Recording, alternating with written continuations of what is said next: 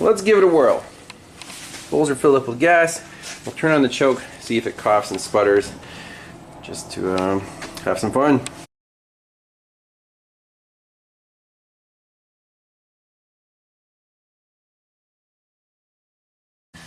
Alright, here we go. Give her a little choke. Clutch in.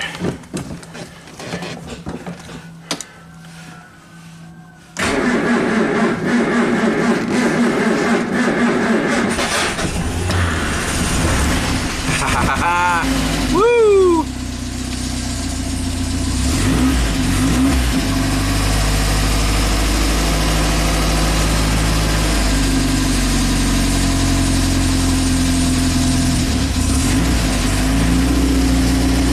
Choke down.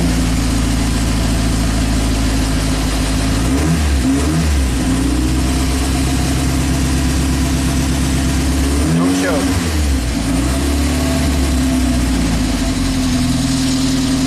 I would say that started easier than the Zaz.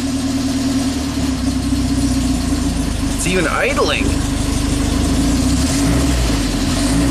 Pretty good throttle response. Just gotta add some coolant and figure out the fuel. This thing will be ready to roll.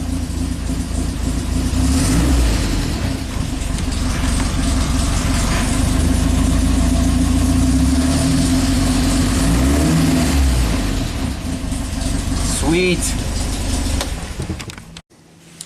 Alright, so these are the fuel bowl tops with the little float needles. I want to do a flow test.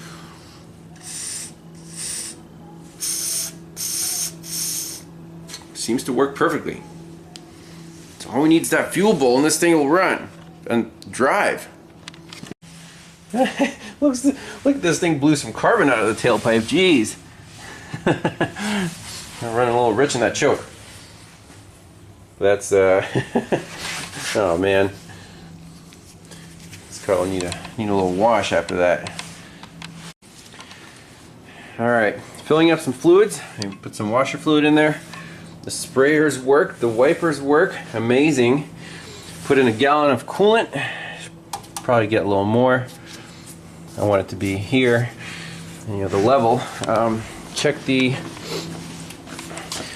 floats. So I filled up the bowls, put in the floats, and put on the tops. And you can see the floats are still floating, so that's great. They're not sinkers, they're floaters. This baby's gonna be ready to run as soon as we find the fuel bowl. My friend still hasn't located it. Worst case scenario, might have to improvise. Alright, here we go. Let's fire it up. It'll probably run for a minute. No choke.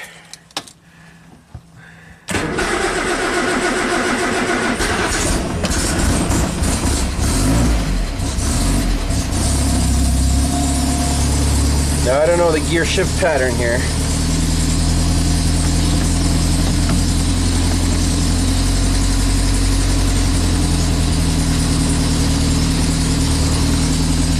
I don't know if the clutch is releasing all the way.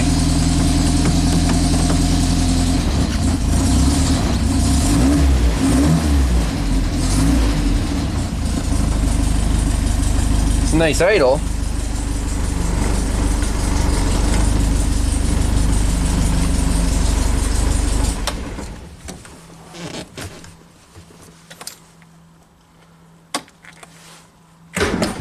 Nope. Clutch is not releasing, so we got to figure that one out. Yeah, I just need that fuel bowl to make this thing drive. Okay, here's what I'm going to try to do. I've got the e-brake on. I'm going to depress the clutch fully and just bump the starter and see if it'll break the, maybe the disc is stuck to the flywheel or something. Nope. That's a problem. I have to jack this thing up and take a look at the slave cylinder. I mean, it feels like it's returning, but I don't know why it's not releasing. Well, it's not a British car if it doesn't leak, right? Oh, great. That's why I brought catch pan at Advance Auto, because it's a British car. Oh, man. want to waste my gallon of coolant. Just dump it right back in the gallon. There we go. Might just be a lower radiator hose there. Hopefully it's just a hose. Drip, drip, drip. Okay. I tightened the alternator belt. I want to see if this thing is charging at all, because Lucas Electronics. And let's see if the clutch master cylinder does anything here. So there it is.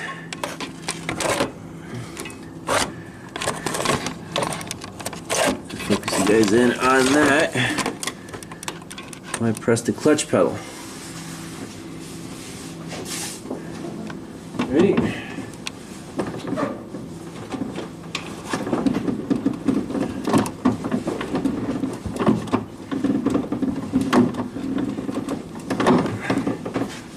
Review that footage and let's see if it charges. Squeeze the hose. Squeeze the hose. Oh yeah, that's nice. We got the hose is completely busted, so we'll let that drain back out. Got the voltmeter on there. We also have an amp gauge. We don't have a voltmeter. So let's see if the camera's going to pick this up.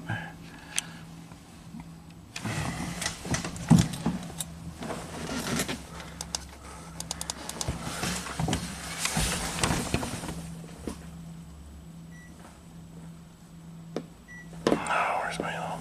There we go. You guys see that? 12.57. Neutral.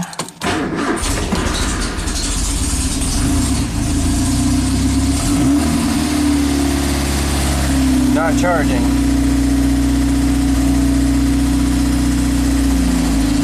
Amps are at 0. If I turn the lights on, oh, it's running out of gas. Okay. Alright, I'm messing around with this control box regulator. So right here, if I lift RPM, the voltage should actually rise.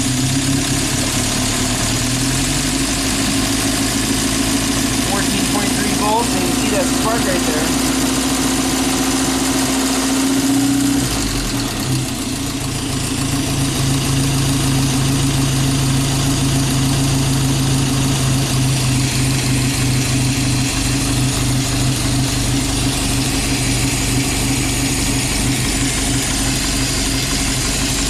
So it's doing what it should. It's just these points were just a little dirty. It's running great, and it's actually charging. So that's one less thing to worry about.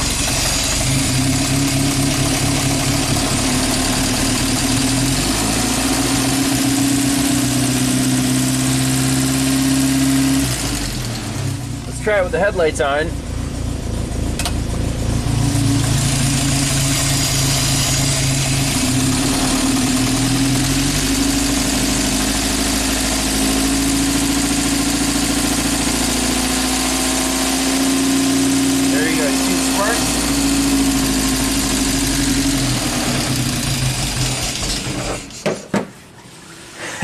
And we're out of gas. This is my temporary gas tank here. And obviously the coolant's all drained out, so we need a new hose. Charging system works. I'm happy about that. So clutch is the big item. It's not disengaging. Can't drive it like that. And we need that fuel bowl. So, and a radiator hose. So I'll make a parts list. Probably be a part 2. But that's all I can do for now. Thanks all for watching. Pretty cool old car. We'll see you next time. Bye-bye.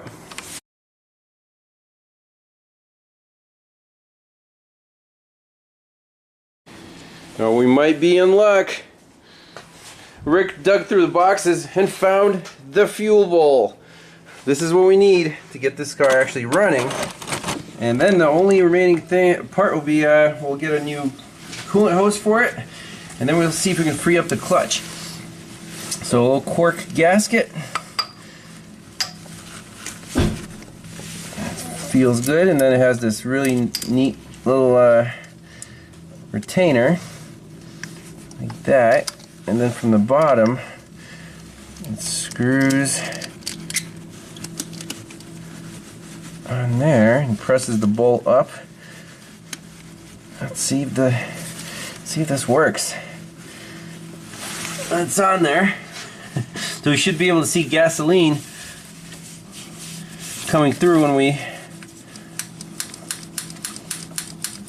pump it up. Now we might need to prime it since it's completely empty and the pump might not be able to pump.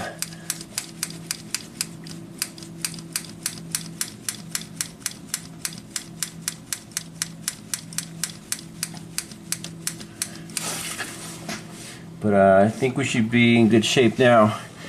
Since we got that, we got gas in the tank. We can even take this hose off, prime it to here, and then let it fill the bowl. Alright, so we got the fuel feed line bled out using a vacuum pump and a little brake bleeding reservoir. And that gas smells nasty. It's all brown. So good thing we flushed the line through. Now it's clear. The fresh gas is coming in. So let's hook it up to the fuel bowl and see if the fuel pump will keep the car running. Alright, now we're using the vacuum pump up here to prime the system.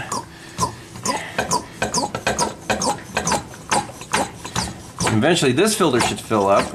There we go. Now we're getting flow all the way into here. So now what I want to try is, go ahead Rick, use that little plunger. So just pump this up and down. I want to see if this starts filling up or not. Maybe our fuel pump's shot, who knows.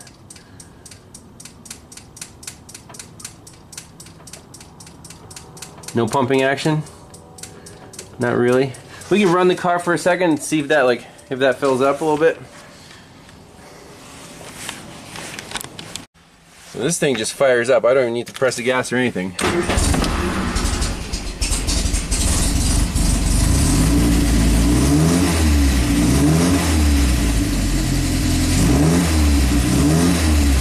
Nothing. Alright, got the fuel pump cap off. There's definitely something wrong here. When you lift the lever, there's no pumping action at all. Let's see can this just, okay, that comes out.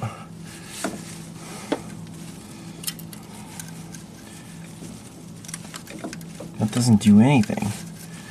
What the heck is going on here? We can unbolt it from the engine, see what the inside looks like. Alright, so here's the fuel pump assembly. Apparently there is a arm that rides on a cam, and then inside that hole you can see something is moving.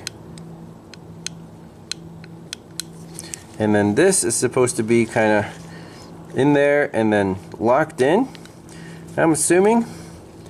So if you put it in this way, let's see what to line up with what here, and then give it a quarter turn. Does the tab face that way? I guess that would line up with the screw holes. Go like this. Let's try it.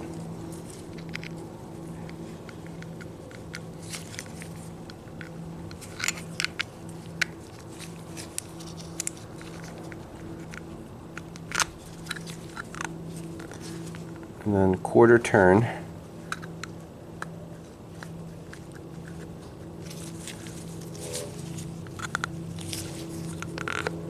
Okay, there we go. Well, it was working for a second there. So let me figure out how to get this plunger oriented, and then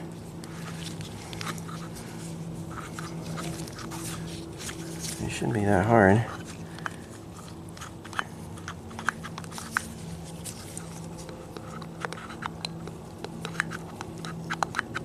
I think if it's in the right place, so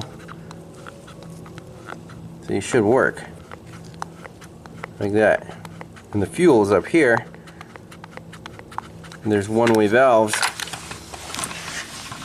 in the cap. So fuel feed, and then feeds from the glass bowl, comes in here, one-way valve, and then gets pushed out that one-way valve. So it's like a reed valve. So let me see if I can get this working. This thing should fire up and run. Alright, so now both the cam and the manual plunger activate the diaphragm. So I guess it was assembled wrong. That wasn't locked in. Obviously the fuel pump didn't work. Let's put it back together. I'm excited. Alright, so now using the vacuum pump, let's prime the system one more time.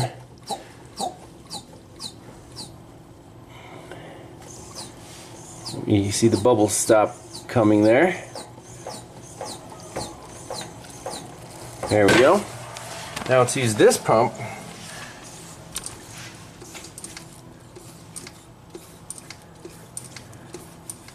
There we go. Definitely fuel coming there. So now let's hook that up to the carb. I think this thing should run on its own. Okay, we got the main line hooked up.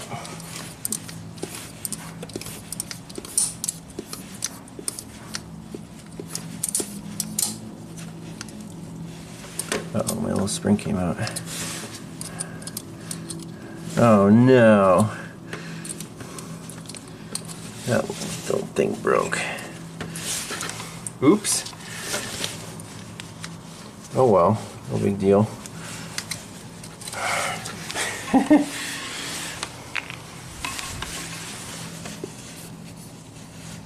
But now the pump is basically fully primed. There's pressure in there, so it's not active anymore. This thing should just start up and run on its own.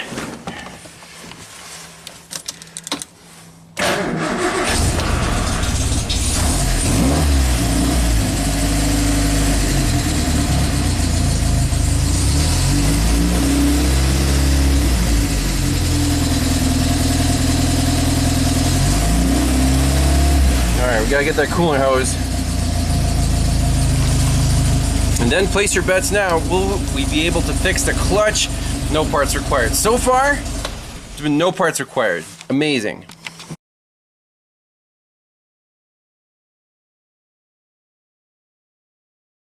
So it's August 2023. We're back on the 1963 Triumph. What is it, Rick? The TR4. It's right there on the badge.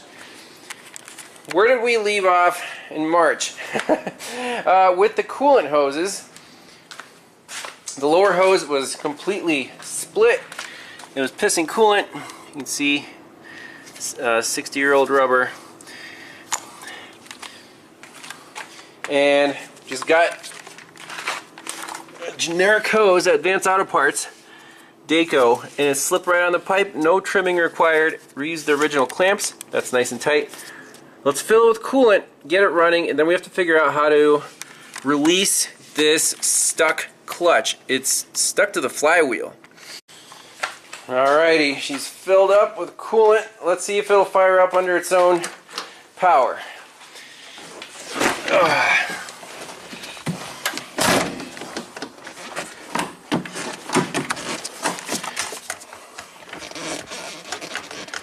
We're in neutral here.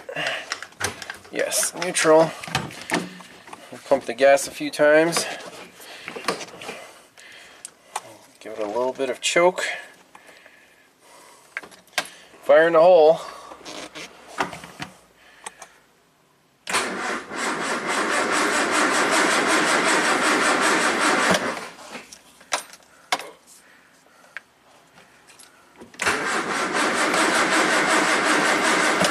Let's manually pump some fuel into the carburetors, as we fixed the fuel pump last time with the hard to find fuel bowl, right, Rick?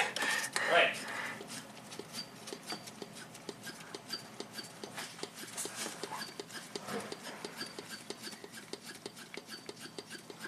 We can crack that fuel line loose, make sure there's fuel getting to the carbs.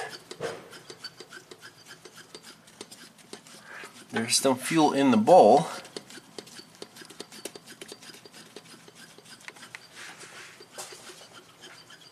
Yeah, let's take that line off. Alright, we forgot to turn on the fuel shutoff valve here. So now the bowl is filling up. And once that fills up all the way, we'll get fuel squirting out of here. Wait for it, wait for it. Don't point at me.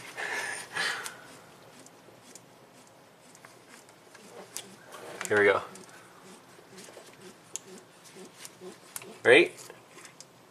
Oh, it's pumping now. Yep. Yay. Okay, now put the line back on the carburetor. Now we should be in good shape. Alright, now the system is primed. The bowls are full. It should fire right up.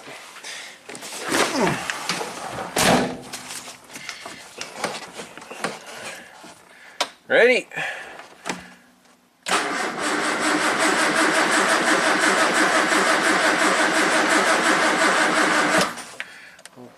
Give it a little more choke.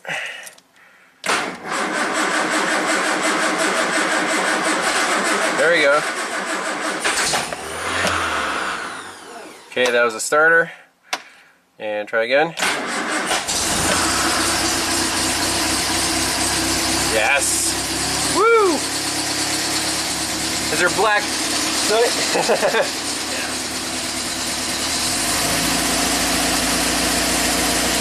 No more choke. It's a warm day.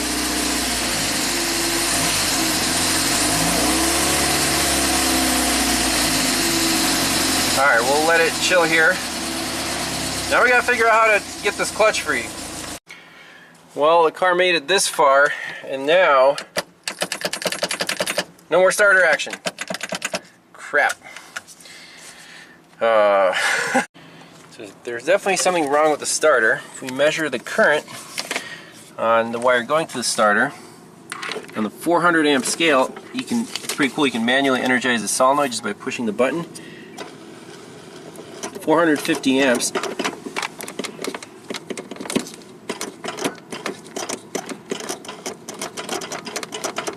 Something's messed up in there. So we gotta take that starter off, see what the heck's going on there, maybe bench test it. But otherwise, now we have a starter problem and a clutch problem. Alright, we got the starter out. It took about 20 minutes. 400 amps on the meter. I'll set that here. And the meter's a little flaky. So now I'm going to touch this to the post and we'll see what happens. I expect some sparks and maybe some action. 280 amps and it's barely turning. The thing is welding itself. Look at that. That's heating up a little bit. 270 amps. Yeah, the starter's junk. Lucas. It didn't even make it. Well, it made it out of the garage, but not very far. Well, nothing to lose here. Might as well tear this thing apart, see if it's serviceable. Got this ring off, and there's some sort of tape going around these holes. I have no idea what that's all about, but we're going to take it off and see what's inside. Maybe there's some burnage. We don't know. Alright, we got the starter apart. What are the components? So first, here's the positive or negative post, whatever, the feed. And that feeds these two electromagnets. And then they're connected to the other two. And then finally goes to this brush. So the current has to go through here. See, that's insulated. Through the magnets. Then out to these two brushes. And then the other two brushes, so then the current goes through the core.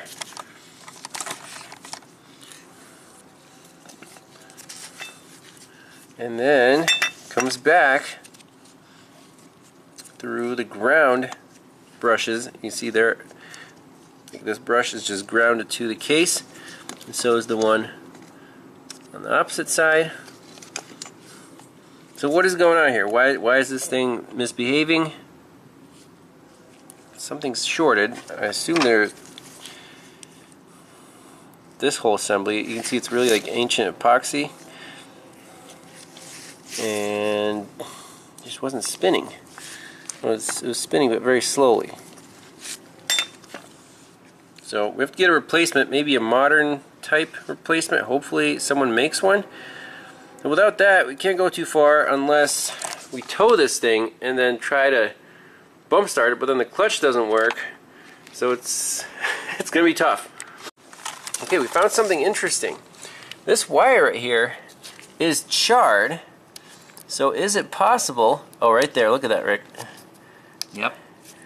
Now, two possible causes here. Either too much current was going through and that wire just started heating up a lot and melting, or when this thing is assembled, that was actually touching the rotor. You see a little rub mark right there? I think it might have been grounding on the rotor, and that's why we have massive current and not enough action. So perhaps we can put this thing back together, tape up this wire, get it out of the way, and refurbish the starter in the parking lot. What do you think, Rick? Like a good plan? That's very suspicious, isn't it? Yeah. Okay, I'm glad we did a thorough visual inspection. And now we see the root cause of the problem. So we got this wire taped up, put the brushes back on, and I'm like, well, it looks like it has plenty of clearance, right? But when you put the screw in, it pushes the wire into the rotor, and Rick noticed here, boom, right there, that's where the current was going. Unbelievable. So how do you prevent that? Well,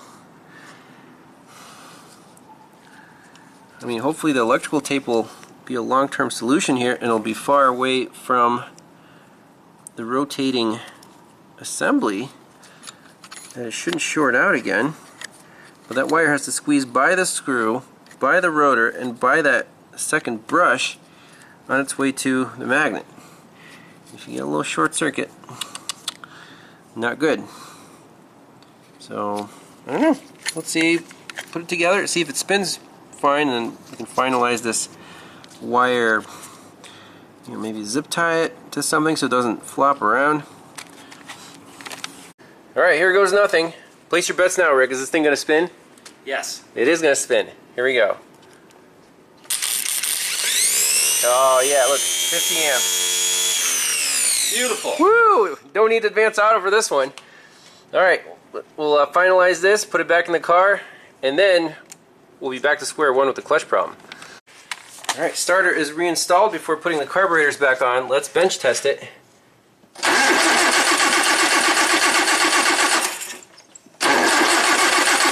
Alright, back in business. Alright, so we're going to try to free up this clutch without running the car. XL7 is going to gently tug Rick in the Triumph. And Rick, you're in gear, right? You're in second?